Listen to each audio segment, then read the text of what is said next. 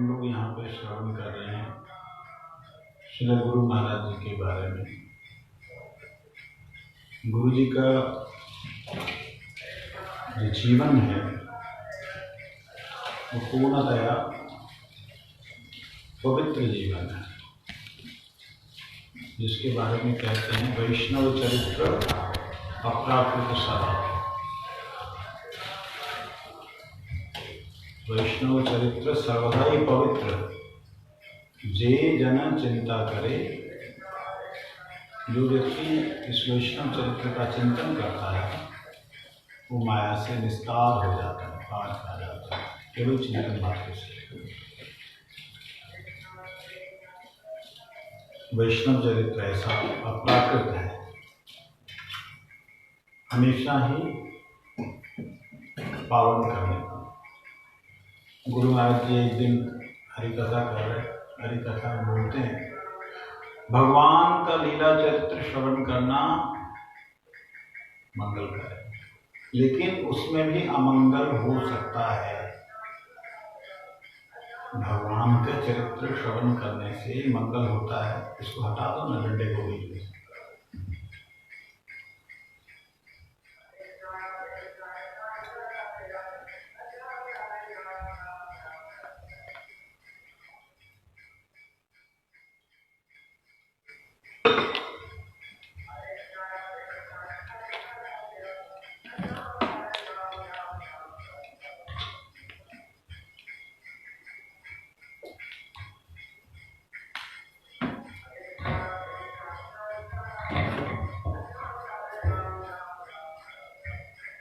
तो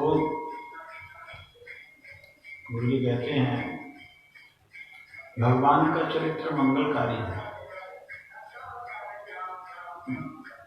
मंगलम भगवान विष्णु मंगलम गरुड़ध्वज मंगलम पुंडरीकाक्ष मंगलाय तनयोहरि।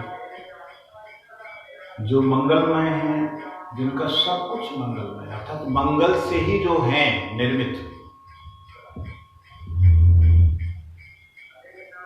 वो भगवान है। तो भगवान का कथा श्रवण करना, इसके बारे में कहते हैं तब कथामृतम तप्त जीवनम कविनिरीलितम कल्मषापम श्रवण मंगलम श्रीमदाततम भूरि निर्मिते भूरिदाजनम। जिस कथा के बारे में बोलते हैं कपिल भगवान कि मेरा जो है सताम प्रसंगान विविध संविदो भवंती हृदय कर्ण रसायन कथा। जो हृदय को, कर्ण को रसायन प्रदान करने वाली वो कथा है भगवान की।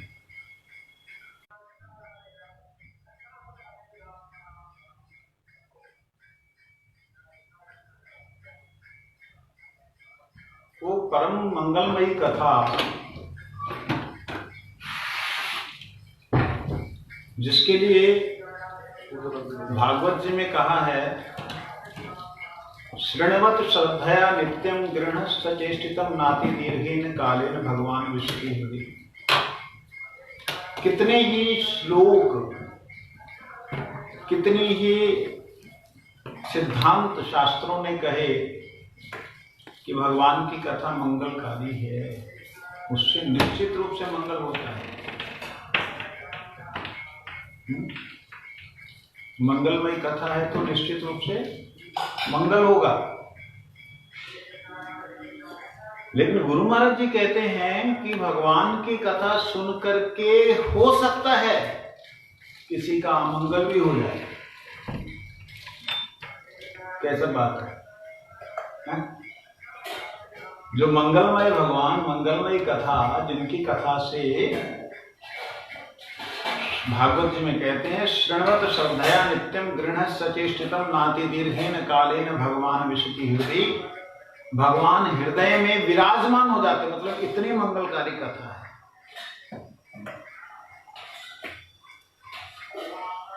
वो भगवान की कथा, भगवान की लीला कथा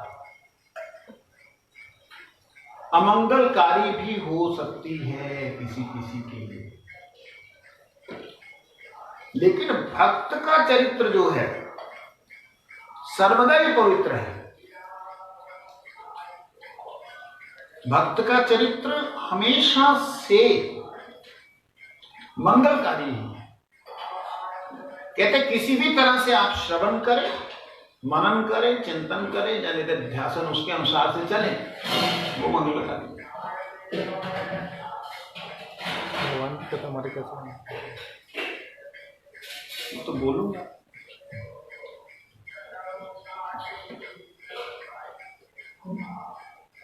हमारे प्रभु गोपाल जी पूछ रहे हैं भगवान की कथा मंगलकारी कैसे। गुरु जी ने जब ये बोला तो एक बार तो सबके कान खड़े हुए, लोग ध्यान से सुनते थे, कुछ लोग तो ध्यान से सुनते थे, उन्हें याद भी है सब। क्योंकि भगवान की कथा जैसे माना जाए कृष्ण कथा, भगवान में अगर स्वयं भगवान की बात करें तो कौन है? इते चांश कला पुंसा कृष्णस्तु भगवान स्वयं, स्वयं भगवान श्री कृष्ण है। बाकी सब भगवत्ता प्राप्त हैं या भगवान के अंश हैं या कोई कला है, स्वयं भगवान कृष्ण। कहते कृष्ण की कथा को कोई माना जाए श्रवण कर रहा है, उनकी लीला कथा को श्रवण कर रहा है, वो क्या देखेगा? अरे ये बढ़िया है, कृष्ण ने तो 16,108 से शादी किया, हम 2-4-6 से कर लेगा तो क्या है, पार्टनरशिप। वो चलो तुम इतना रखा हम 2-4। ऐसा कृष्ण की कथा को सुन करके, कृष्ण के चरित्र को श्रवण करके व्यक्ति का पतन भी हो सकता है, अमंगल भी हो सकता है, नरकगामी भी हो सकता है, लेकिन वैष्णव चरित्र सर्वदा ही पवित्र। जो भक्त का चरित्र है उसको अनुकरण करें या अनुसरण करें, दोनों बातें हैं। अनुसरण का मतलब उनके अनुसार चलना, जैसे भक्त चले उनके जीवन को अपने जीवन में धारण करना, इसे क्या कहते हैं? अनुसरण। और अनुकरण का मतलब जैसे उन्होंने किया वैसा करना। अब जैसे किया वैसा करना ये भी अनुकरण हुआ या अनुसरण हुआ? इसमें थोड़ा सा अंतर है। जैसे उदाहरण के लिए गुरु जी जब वंदना करते हैं तो गुरु जी की वंदना करने से गुरु जी पूरी तरह भाव में तल्लीन हो जाते हैं। तो कई बार गुरु जी की ये प्रणाम करते हुए, जैसे एक को प्रणाम किया तो फिर दूसरे को प्रणाम किया, तो बीच बीच में गुरु जी के हाथ में थोड़े थोड़े मूवमेंट होते थे, याद है? ऐसे ऐसे होता था, तो वो हाथ थोड़ा सा ऐसे खुलता था। ऐसे ही गुरु महाराज जी के जो एक्शंस है उनको कोई नकल करे या गुरु जी की आवाज को नकल करके ये दिखलाना चाहे कि मैं गुरु जी की तरह देखो कितना बढ़िया गाता हूं। गुरु जी जब वंदना करते हैं उसी टोन में, उसी स्टाइल में और उसी तरह हाथों को हिलाते हुए कोई वंदना करता है, तो ये अनुकरण है। क्या है? अनुसरण क्या है? जो गुरु जी वंदना करते थे, जैसी वंदना करते थे उस वंदना को पूरा करता है, ये अनुसरण है। दोनों में अंतर नजर नहीं आ रहा? एक में एक्शंस जो हैं, एक्सेंट जो है उसको वो व्यक्ति फॉलो कर रहा है, एक में गुरुजी ने जो मंत्रों को किया है उसे फॉलो कर रहा है। बात समझे? जैसे उदाहरण के लिए गुरु जी शुरू करते थे, साक्षाधरित्वेन समस्त शास्त्रे उक्तस्तथा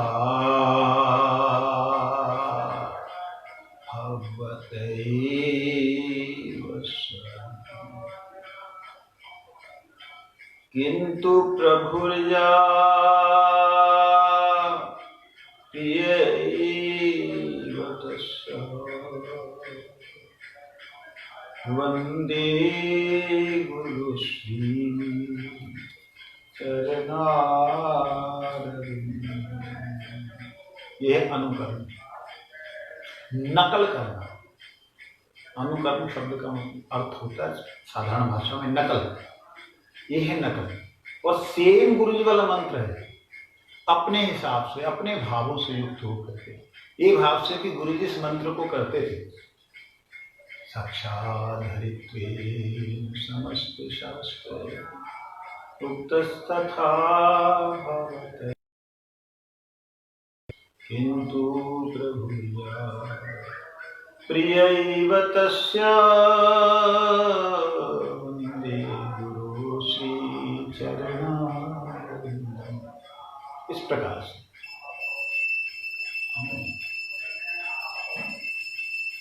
क्या बोला मैंने?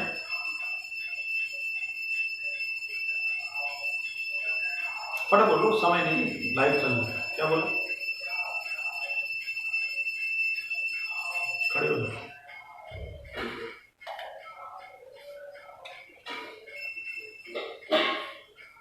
तो अनुकरण अनुसरण, अनुकरण होता है नकल। गुरु कहते अनुकरण करना कभी ठीक नहीं है। गुरु महाराज जी उदाहरण देते थे उस वक्त, टोपी पहनने वाला बंदर का कहानी। एक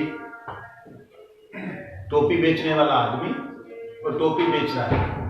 टोपी बेचते बेचते बेचते वो एक गांव में गया, थक गया बेचारा, बहुत धूप था, थक गया, एक पेड़ का नीचे बैठा, बैठते ही उसको नींद आ गया। अब जो नींद आया सो गया। वो वहां पे बंदर थे, वृंदावन के बंदर जैसे पाते हैं। इन्होंने देखा उसके पास में गठरी है और उस आदमी ने सिर पे पहना हुआ है। तो एक बंदर आया, उसने उस गठरी को खोला, खोल के देखा उसमें कपड़ा है, ऐसे ऐसे ऐसे खोला, उसको देखा, वो किसी ने उसको मुंह पे डाला, किसी ने हाथ पे डाला, एक ने उसको सिर पे डाला। जैसे एक ने सिर पे डाला तो सभी लोग उसको देखते हैं, सभी सिर पे डालने लगे।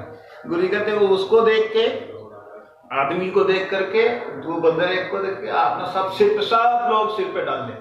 अभी तो वो लोग क्या कर रहे, जैसा आदमी क्या वैसा। फिर क्या हुआ, वो आदमी खिक खा आवाज कर रहे हैं बंदर। तो आदमी खड़ा हो गया, जाग गया, अरे मेरा तो सारा टोपी लूट लिया, ऐसा सिर पे टोपी बचा है, हे राम मेरा सारा टोपी ले लिया। कहते तुम तो सब ले लिया, इसको भी ले लो करके फेंक दिया गुस्से में।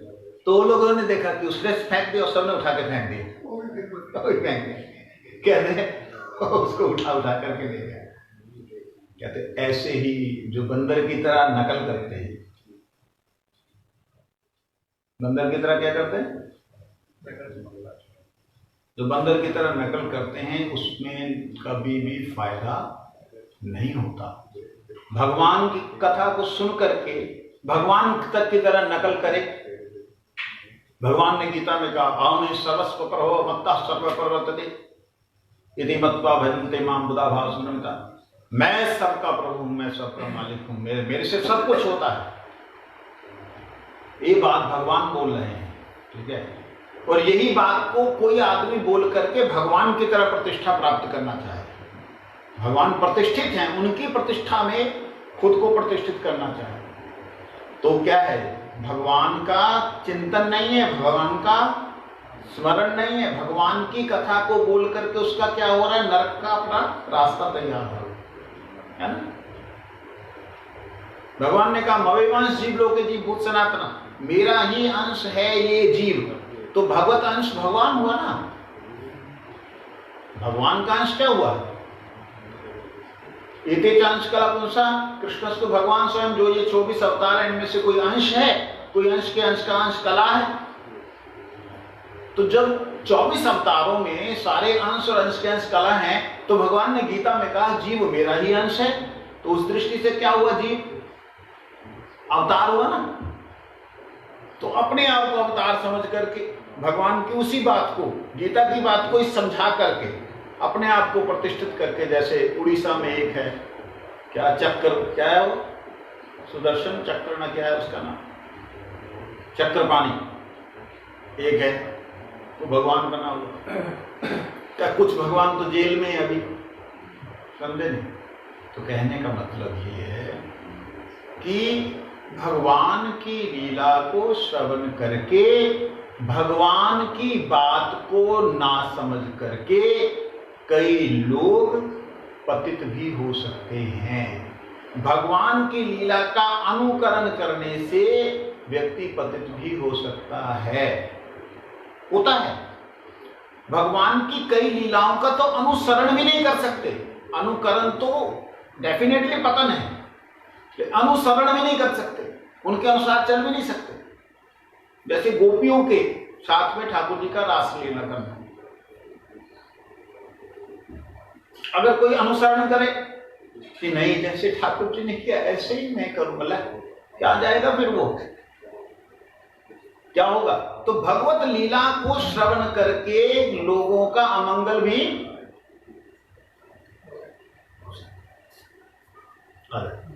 खुल गई, नहीं खुल गई?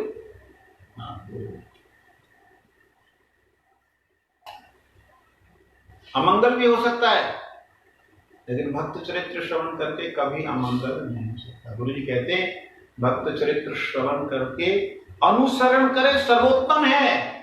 अनुसरण मतलब उनके अनुसार चलना, मतलब उन्होंने अपने जीवन में किस प्रकार से गुरुदेव की सेवा की, उन्होंने अपने जीवन में ब्रह्मचर्य जीवन में या उन्होंने गृहस्थ जीवन में, कोई गृहस्थ भी तो गुरुवर्ग होते हैं, गृहस्थ जीवन में उन्होंने किस प्रकार से नौकरी चाकरी करते हुए बच्चों का पालन करते हुए किस प्रकार से उन्होंने जीवन यापन किया, भक्त चरित्र इसे कहते हैं।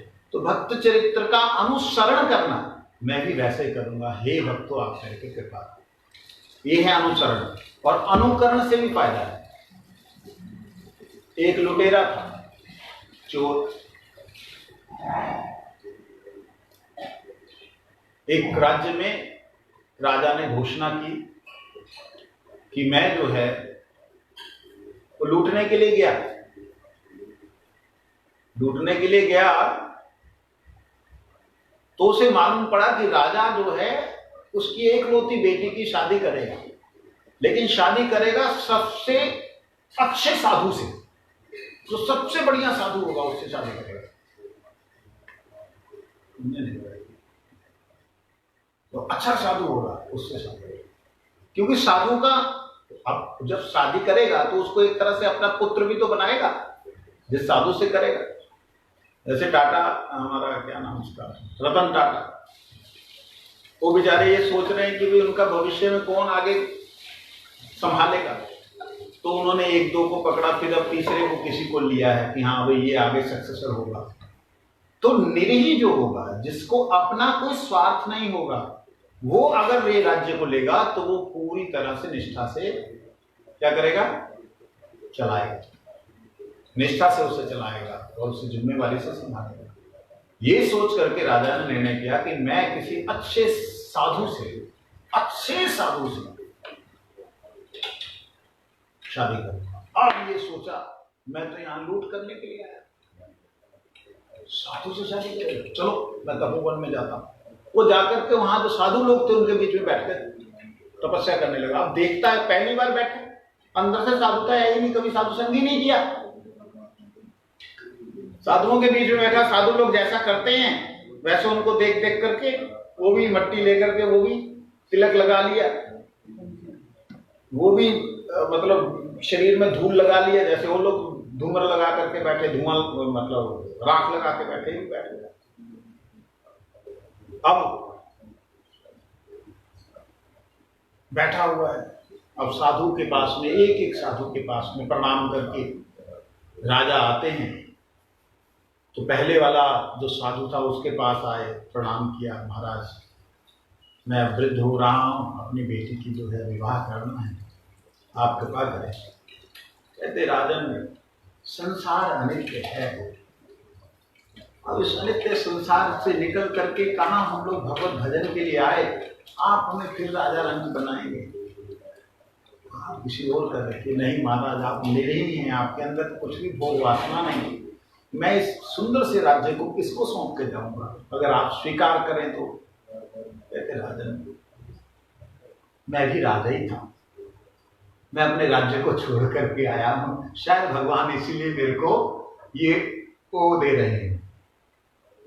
छोटा राजा था, लेकिन इसलिए भगवान दे रहे हैं कि शायद मैं बड़ा राजा राजनीति प्राप्त करूं। मैं इस प्रलोभन में भगवान के नहीं फंसना चाहता, आपको मेरा प्रणाम। ये सब सुन रहा है, बैठा हुआ एकदम ध्यान में, कमर सीधी करके, बीच बीच में आँख खोलता है, देखता है कि अगल बगल के सब बैठे हुए तने हुए हैं, तना हुआ है। वो लोग क्या मंत्र कर रहे हैं इसे कुछ पता नहीं है, इसे एक ही चीज मालूम है, शादी हो जाए, शादी हो जाए, शादी हो जाए, शादी हो जाए, बस इसको किसी तरह से फांस लूं, अरे पूरा राज्य मिल जाएगा। देखिए बैठा किस लिए, नकल कर रहा है, साधु नहीं बना है वो, साधु की नकल कर रहा है। अब राजा एक दिन आए, चले गए। अगले दिन वो बहुत फल फ्रूट लेके आए, फल वगैरह लाए, सब साधुओं को उन्होंने फल दिए। उसने देखा साधुओं को फल दिए, बड़े लालच हो रहे इसकी भूख, कैसे खाऊं कैसे। साधुओं के पास पड़े हुए, साधुओं को रुचि नहीं है खाने की। अब ये कहे कि राजा आया खाए,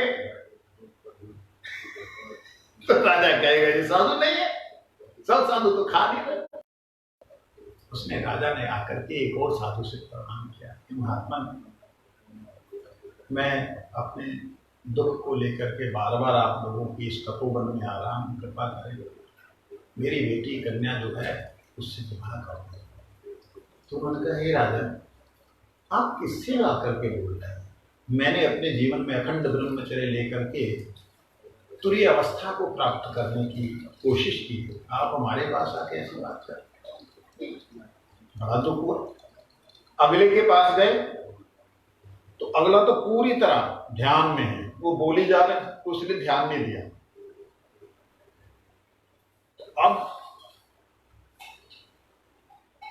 चौथे के पास गए, ओम नमो नारायणाय, ओम नमो नारायणाय, हे राजन इस मंत्र का जाप करो तुम्हारा कल्याण हो जाएगा। तो उसने सुना ये मंत्र का जाप करता है ऐसा, यही मंत्र जाप करने से मेरा काम बन जाएगा, क्योंकि उसने बोला तुम्हारा कल्याण होगा, तुम्हारा सारा मनोकामना पूरी हो जाएगी। अब कहता तो उसकी मनोकामना पूरी होगी, अब मेरे पास भी आएगा, सब काम बन जाएगा। वो राजा चला गया। अब ऐसे ही 7-8 दिन रोज आता, एक एक से बात करता। अब ये 6-7 दिन से 5-6 दिन से ये मंत्र जप कर रहा है, ओम नमो नारायणाय, और बीच बीच में कोई मंत्री उनमें से निकलता है, उसमें से जाता है रास्ते से। अब उनके सामने इसको बैठा रहना पड़ता है, ओम नमो नारायणाय करते करते करते करते 7वें दिन वो साधु संघ के प्रभाव से करने तो नकल आया था, लेकिन उसको अकल मिल गई। वास्तविकता में ये राजा था पहले वाला, वो राजा राज्य छोड़ करके यहाँ बैठा हुआ है, उसको निश्चित कोई ऐसी वस्तु मिली है जो मुझे नहीं मिली। और ये राजा जो इस वक्त सब कुछ छोड़ करके जंगल में आना चाह रहा है, अपनी बेटी की शादी करके जंगल में आना चाह रहा है, और इसका मतलब ये है कि राज्य में भोगों में सुख नहीं है। अच्छा, इसके बीच में वो तो चला गया राजा, तो बीच में हरी चर्चा भी होती थी संतों की, भाई आज वो राजा आया था, उसने ऐसा बोला, देखो कैसे पागल लोग हैं, हम लोग तो घर बार छोड़ के गए, हमारे पीछे आगे बढ़ गए। ऐसे करते करते 5-6 दिन के अंदर उस डकैत का, उस चोर का बुद्धि शुद्ध हो गई। साधु संग सर्वशास्त्रे गए, लव मात्र साधु संगे सर्व सिद्धि है। साधु संग ऐसा है, सतांग प्रसंगाम बीर्ज संविदो भवंती हृत कर्ण रसायन कथा। भगवान के भक्तों का संग करना, उनके जैसा अनुकरण करें, चाहे नकल भी करें। गुरु जी कहते हैं भक्त का नकल करने से भी, अनुकरण करने से ही मंगल है, भगवान का अनुसरण करने से भी खतरा है। भगवान की लीला कथा जहां भक्त नहीं है, जहां भक्त की साधना नहीं है, भक्त की साधन से प्रसन्न होकर भगवान नहीं अवतीर्ण हुए, ऐसी भगवान की लीला कथा अपने परिकरों के साथ जो हुई, उसको श्रवण करने से हो सकता है कहीं ना कहीं अहित हो सकता है, अहित हो सकता है। इसलिए भक्त चरित्र हमेशा ही क्या है, पवित्र है, हमेशा पवित्र है। फिर उसके बाद कहते हैं भक्त चरित्र सर्वदा ही पवित्र, जेई निंदे हिंसा करी। लोग हिंसा करके अगर कोई उनकी निंदा करते हैं, उनका क्या होगा, जेई निंदे हिंसा करी। इसको थोड़ा सा पढ़ते हैं। एक बार गुरु जी ने इसकी व्याख्या की थी, थोड़ी सी की थी।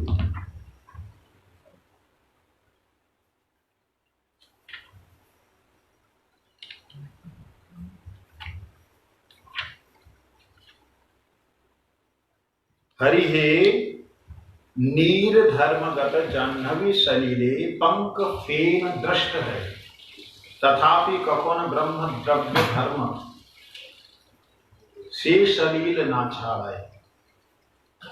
अब समझ आया? हरि हे हरि, भगवान को क्यों बोल रहे? ये तो मन को भी बोल सकते हैं। भगवान को बोल रहे भक्ति विनोद ठाकुर जी, हे हरि, जल जिस प्रकार से जल का जो धर्म है वो क्या है, तरल है, द्रव्य धर्म है। और द्रव्य धर्म होने के नाते उसके साथ जो आए उसको लेकर के वो अपने साथ में बह लेता है, या किसी के साथ वो मिल जाता है। जाह्नवी, जाह्नवी कौन है? गंगा जी। गंगा जी का जो नीर जल का जो स्वभाव है, उस जल के स्वभाव के कारण जो भंवरें बीच में पड़ती ना, गंगा जी की लहरें तेज होती है तो उसमें ऐसे वर्ल्स होते हैं, भंवर पड़ता, तो उसमें कई बार झाग झाग दिखाई देती है। बारिशों में क्या होता है, बारिशों के समय में सारा जो भी छोटे छोटे सरोवर रहते हैं, छोटे छोटे कुंड रहते हैं, छोटे छोटे नाले रहते हैं, उन सबका पानी साफ हो जाता है। सारे का सारा कहाँ जाता है? नदियों में। अब वो नदी के अंदर सारे गंदे नाले जब आएंगे तो क्या होगा, नदी गंदी हो जाएगी, नहीं होगी? नदी तो फिर गंदी, गंगा तो गंदी हो जाएगी, गंगा गंदी हो जाएगी तो जो सारे नाले उसमें से घुस रहे तो क्या है, गंदा नहीं हुआ?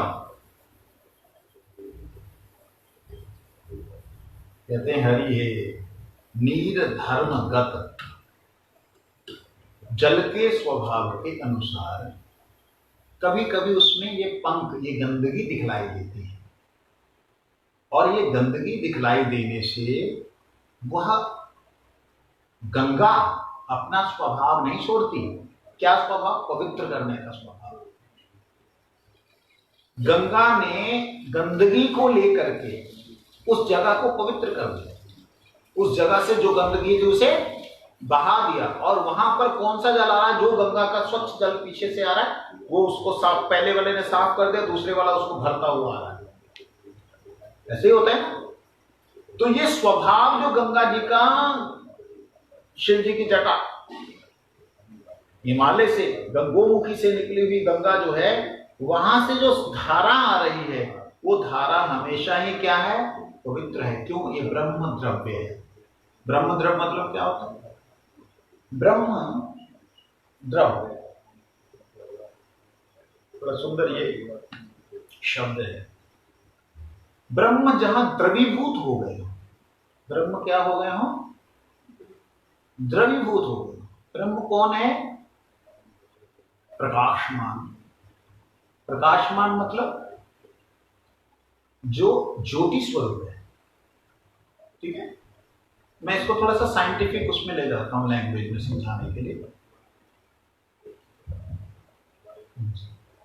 जल का निर्माण कैसे होता है? H2O का फॉर्मूला है ना, हाइड्रोजन टू ऑक्सीजन, ऐसा होता है,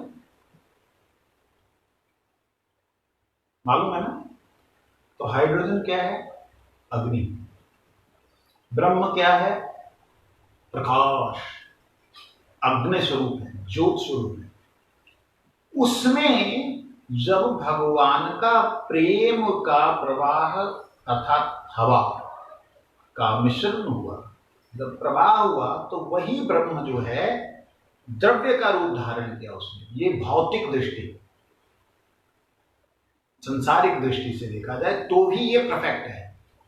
और अगर इसे चिन्मय दृष्टि भाव से देखा जाए तो उसमें भगवान के चरणों को जब धोया बलि महाराज ने, तो वहां से गंगा जी का प्राकट्य हुआ।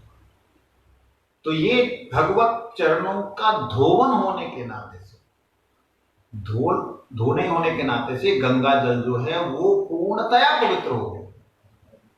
नहीं समझे? तो भगवान से कनेक्टेड है, इसलिए इसका धर्म क्या है? पवित्र करना। ये अपवित्र नहीं होता है। अपवित्रता दिखलाई देने पर भी ये अपना स्वभाव नहीं छोड़ता। अपवित्रता दिखलाई दी, कचरा आ गया बीच में, मुर्दा बह के आ गया, और जब हमने डुबकी लगाई तब तो ठीक था, जब ऊपर उठे मुर्दे के साथ में उठे, उल्टियां करने लग गया, तो ठीक है।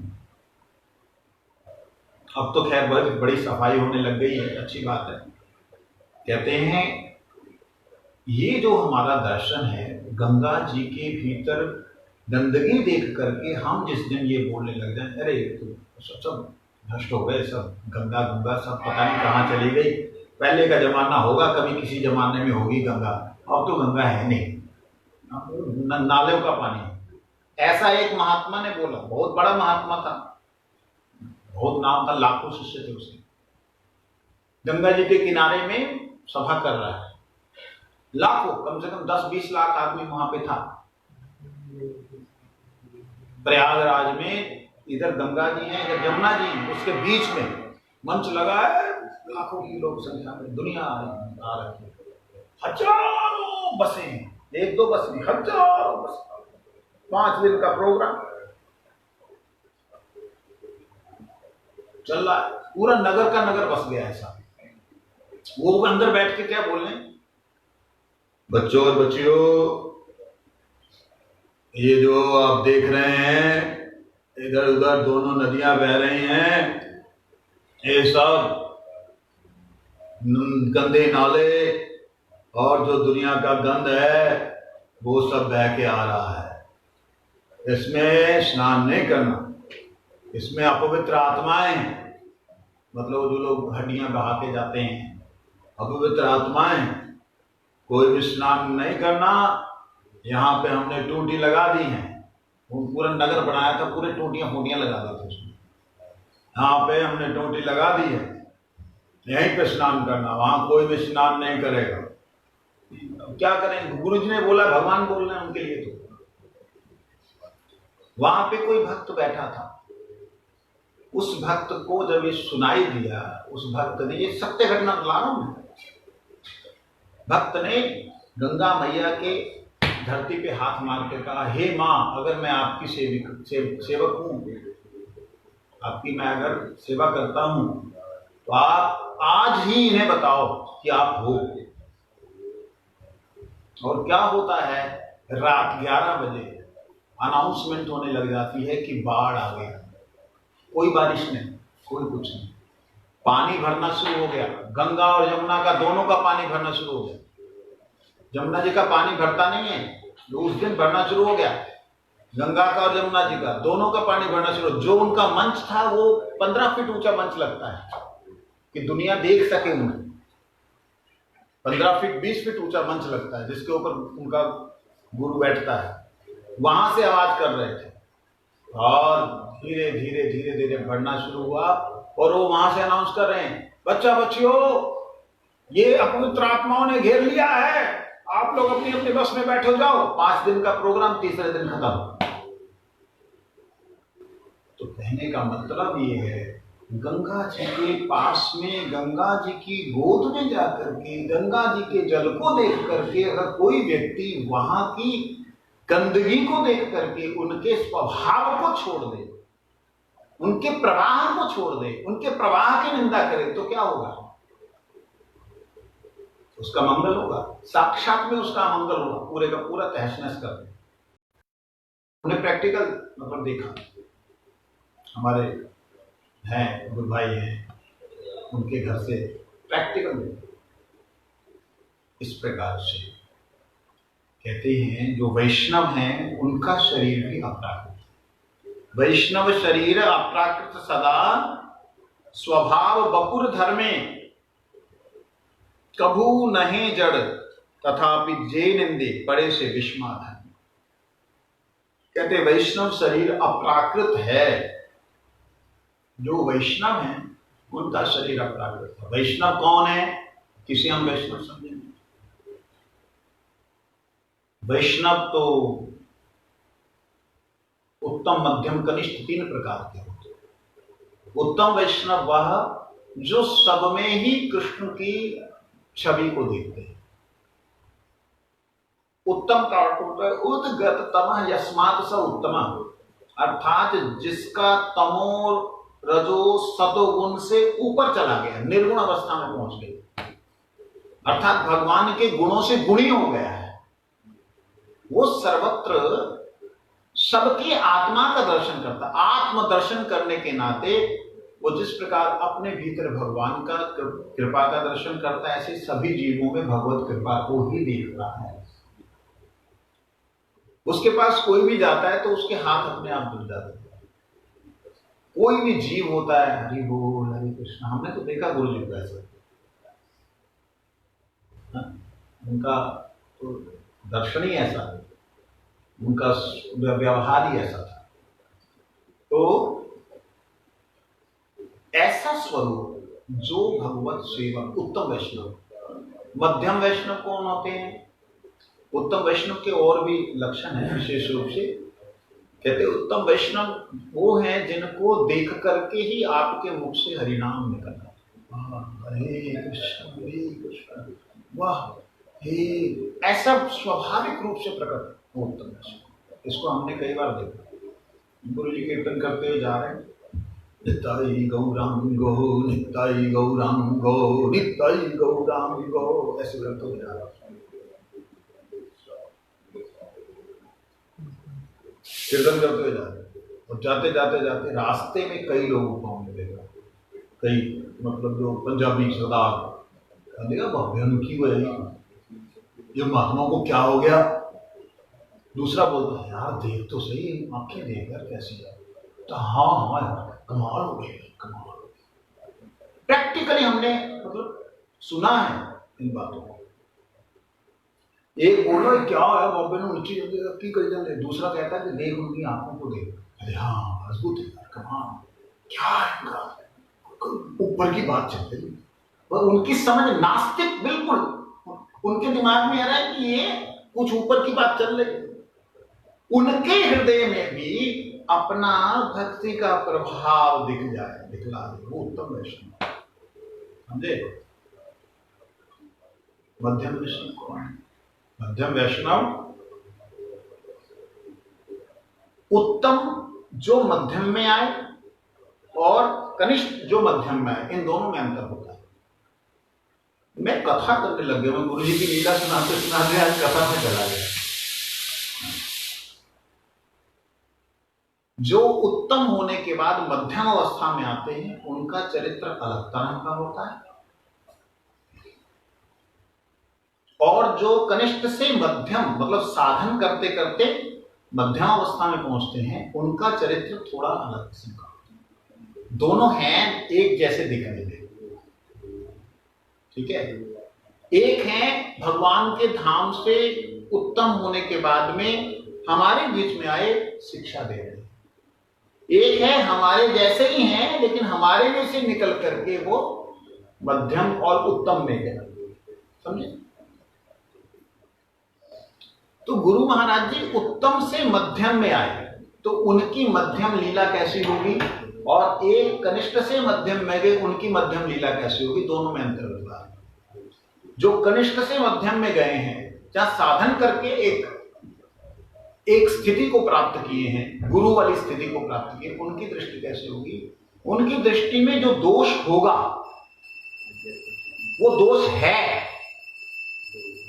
और जो दोष करने वाला है वो दोषी है। बात समझे नहीं? बात समझ में आई? नहीं आई तो बोलो, तुरंत बोलो। नहीं आई ना तो फिर तू आई क्यों बोलता? मैं जो कथा बोलता हूं मैं बिल्कुल कन्वर्सेशन के हिसाब से करता हूं। एक है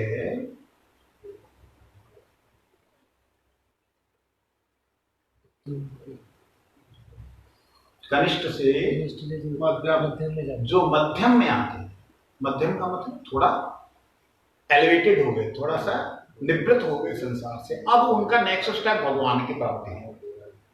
जो ऐसी स्थिति में आ गए उनके लिए जो दोष करने वाला है वो क्या है? दोषी है। गलत जो कर रहा है वो गलत है। बात समझ में आ गई? जो ऊपर से नीचे आते हैं, मतलब उत्तम अवस्था से, मतलब भगवान के धाम से जो इस धरातल पे आते हैं, उनके अंदर जो दोष करने वाला है वो तो ठीक है, लेकिन दोष ठीक नहीं। बात समझे? नहीं समझ आएगी? मैंने कोई गलती की, मैं अधम जीव, मैंने कोई गलती की। जो उत्तम वैष्णव हो गए, मतलब उत्तम से मध्यम में आए हैं, वो जो होंगे उनकी दृष्टि में मेरे दोष जो हैं मेरे में नहीं होने चाहिए। तो मेरे को समझाएंगे, देखो ये करना ठीक नहीं। और जो कनिष्ठ से मध्यम में आए, तूने ये कैसे किया?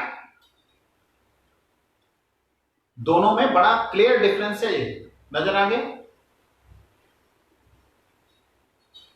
तो मध्यम अवस्था कैसी होती है? मध्यम अवस्था में जो उत्तम अवस्था वाले वैष्णव हैं वो अपनी लीला को कैसे करते हैं, अपने जीवन को कैसे जीते हैं?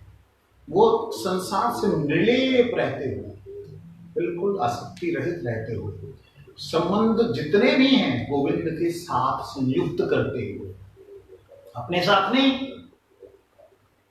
वो गुरु का कार्य करते हैं, शिक्षा दीक्षा लेने देने का कार्य करते हैं। उन्हें कहते हैं उत्तम से जो मध्यम है। जैसे गुरु महाराज जी, उनके साथ में जितने भी संबंध जिसने भी बनाया, गुरु जी ने एक भी संबंध को अपने साथ नहीं रखा।